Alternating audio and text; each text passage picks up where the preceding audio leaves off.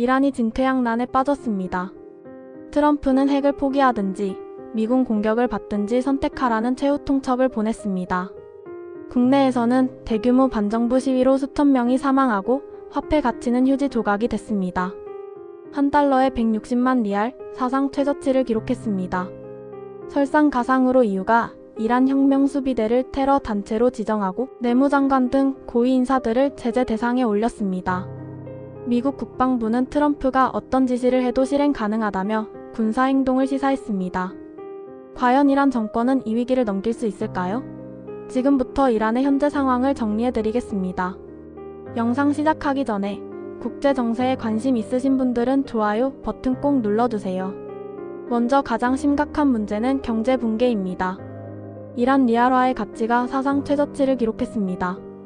1월 30일 기준 암시장 환율이 한 달러당 160만 리알을 넘어섰습니다. 불과 몇 년 전만 해도 한 달러에 3만 4만 리알 수준이었는데 40배 이상 폭락한 겁니다. 이란 정부가 공식적으로 정한 환율은 한 달러당 4만 2천 리알입니다. 하지만 실제 시장에서는 아무도 이 환율로 거래하지 않습니다. 공식 환율과 암시장 환율의 차이가 38배에 달합니다. 이란은 고정환율제를 유지하고 있지만 실상은 통화 가치를 통제할 능력을 잃은 상태입니다. 외환 보유고가 고갈되고 국제 제재로 달러 유입이 막히면서 리알화는 휴지 조각이 되고 있습니다. 서울신문 보도에 따르면 테헤란 시내 환전상들은 정부 공식 환율로는 환전해주지 않는다.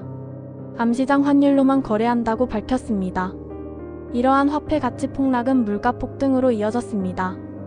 수입품 가격이 천정부지로 치솟았고 빵, 쌀, 식용유 같은 기본 생필품조차 구하기 어려워졌습니다.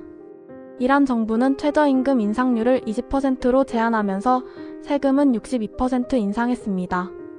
긴축 재정을 통해 경제를 안정시키려는 시도였지만 오히려 국민들의 분노를 키웠습니다. 두 번째 위기는 반정부 시위입니다. 2025년 12월 말부터 시작된 시위가 전국으로 확산됐습니다. 시위의 직접적 원인은 경제난이었지만 본질은 신정체제에 대한 불만입니다.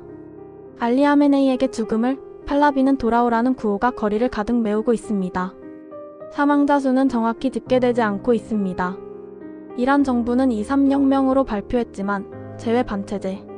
언론 이란 인터내셔널은 1월 89일 이틀 동안만 1만 2천 명 이상이 사망했을 것으로 추정했습니다. 혁명수비대는 실탄을 사용해 시위대를 진압하고 있습니다. 테헤란 아자디 광장에서는 시위대가 경찰서와 바시드, 민병대 건물에 불을 지르는 등 시가전 양상으로 번지고 있습니다. 이란 정부는 인터넷을 차단했습니다. 국내 전화망도 대부분 끊겼습니다. 외부와의 연락이 거의 불가능한 상황에서 무슨 일이 벌어지고 있는지 정확히 알기 어렵습니다. 세 번째 위기는 국제 압박입니다. 트럼프 행정부가 이란에 강경 기조를 보이고 있습니다. 트럼프는 핵 프로그램을 포기하든지 미군 공격을 받든지 선택하라는 최후 통첩을 보냈다고 전해집니다. 미국 국방부는 트럼프 대통령이 이란에 대해 어떤 지시를 해도 실행 가능하다고 밝혔습니다. 베네수엘라 마두로 정권을 언급하면서 이란에 경고를 보낸 것입니다. 마두로 정권이 미국의 압박으로 붕괴 직전까지 갔듯이 이란도 같은 운명을 맞을 수 있다는 메시지입니다. 실제로 미군은 B-1 폭격기와 C-17 수송기를 중동으로 재배치했습니다. 이란 핵시설, 미사일 기지, 혁명수비대 거점, 호르무즈 해협 인근 석유시설 등이 표적이 될 가능성이 거론되고 있습니다. 이후도 이란에 대한 제재를 강화했습니다. 1월 말 이유는 이란 혁명수비대를 테러 단체로 지정했습니다. 이란 혁명수비대는 1979년 이슬람 혁명 직후 창설된 정예 군사 조직입니다. 정규군보다 더 많은 권한과 자원을 가지고 있으며 이란 최고 지도자 하메네이의 직속 부대입니다. 미국은 이미 2019년 혁명수비대를 테러 단체로 지정했고 캐나다도 2024년에 같은 조치를 취했습니다. 이번 이후의 결정으로 혁명수비대는 서방 세계 전체로부터 테러 조직으로 낙인 찍힌 셈입니다. 이유는 또한 이란 내무장관을 비롯한 고위 인사들을 제재 대상에 추가했습니다. 자산 동결, 여행 금지 등의 조치가 적용됩니다. 네 번째 위기는 체제 내부의 균열입니다. 이란 정권 내부에서도 동요가 감지되고 있습니다. 영국 정보당국에 따르면 러시아 화물기가 테헤란에서 군수품을 반입하는 동시에 대량의 금을 해외로 실어 나르고 있다고 합니다. 금괴 해외 반출은 정권 붕괴를 앞둔 독재 정권들이 자주 보이는 행동입니다. 지도부가 망명을 준비하고 있다는 신호로 해석됩니다. 혁명수비대 내부에서도 균열이 생기고 있습니다. 하급 병력 사이에서 동요가 퍼지고 있으며 일부 중간 간부는 하메네이의 시대는 끝났다고 말하고 있다고 합니다. 시아파 성직홈에서는 성직자들이 온건 개혁파와 강경파로 갈라섰습니다. 하메네이의 아들 모즈타바를 후계자로 앉히려는 시도도 내부 반발을 촉발하고 있습니다. 그렇다면 이란 정권은 어떤 선택을 할까요? 크게 세 가지 시나리오가 있습니다. 첫째, 핵 포기입니다. 트럼프의 요구를 받아들여 핵 프로그램을 완전히 포기하고 국제사회로 복귀하는 겁니다. 하지만 이 선택은 쉽지 않습니다. 핵 프로그램은 이란 정권의 자존심이자 협상 카드입니다. 이를 포기하면 국내 강경파의 반발을 살 수 있습니다. 게다가 리비아의 카다피 사례가 있습니다. 카다피는 2003년 핵 프로그램을 포기하고 서방과 관계를 개선했지만 2011년 NATO의 공습으로 정권이 붕괴됐습니다. 이란 지도부는 핵을 포기하면 정권 보장이 없다고 생각할 수 있습니다.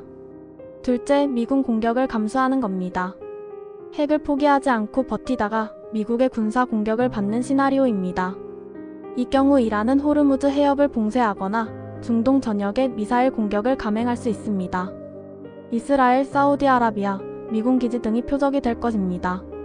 전면전으로 확대되면 중동 전체가 불바다가 될 수 있습니다. 유가가 폭등하고 세계 경제에 큰 충격을 줄 것입니다. 셋째, 내부 붕괴입니다. 미국의 공격보다 먼저 내부 시위로 정권이 무너지는 시나리오입니다. 현재 이란 시위는 2022년 히잡 시위보다 훨씬 격렬합니다. 경제 상황도 더 악화됐고 혁명수비대 내부에서도 동요가 일고 있습니다. 만약 시위대가 테헤란 중심부를 장악하고 혁명수비대가 명령 불복종을 시작하면 정권은 순식간에 무너질 수 있습니다. 현재 이란은 1979년 이슬람 혁명 이후 가장 큰 위기를 맞고 있습니다. 화폐 가치는 휴지 조각이 되고 수천 명이 거리에서 죽어가고 있으며 미국과 EU는 압박을 강화하고 있습니다. 정권 내부에서도 균열이 생기고 있습니다. 트럼프의 최후 통첩은 명확합니다.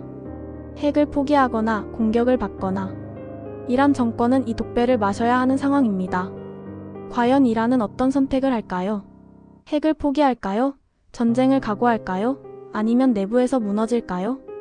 역사의 갈림길에 선 이란의 선택이 중동의 미래를 결정할 것입니다. 여러분은 이란의 미래를 어떻게 전망하시나요? 댓글로 의견 남겨주세요. 이 영상이 도움이 되셨다면 좋아요와 구독 부탁드립니다. 알림 설정까지 해두시면 국제정세 최신 소식을 가장 빠르게 받아보실 수 있어요. 다음에도 여러분이 꼭 알아야 할 국제뉴스로 찾아뵙겠습니다. 감사합니다.